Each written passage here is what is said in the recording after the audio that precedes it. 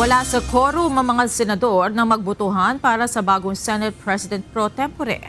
Ayon kay Senate President Alan Peter Cayetano, kulang ang bilang ng mga senador na nasa plenaryo nang isagawa ang voting. 13 po ang numero. Yung sinasabi po nilang kaso, yung po ay ibang-iba. Nag-adjourn po kami nung nag-walk out sila.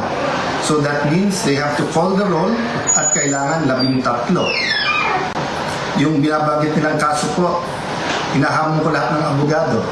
It is not applicable kasi doon po tuloy-tuloy yung sesyon.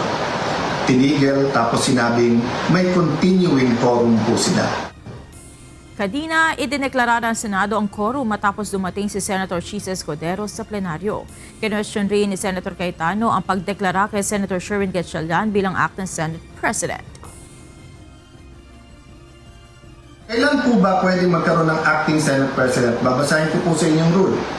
Sabi po, in cases specified in subparagraph C of Section 4 of the rule, the President pro tem shall serve as acting president until the Senate shall have elected a new president.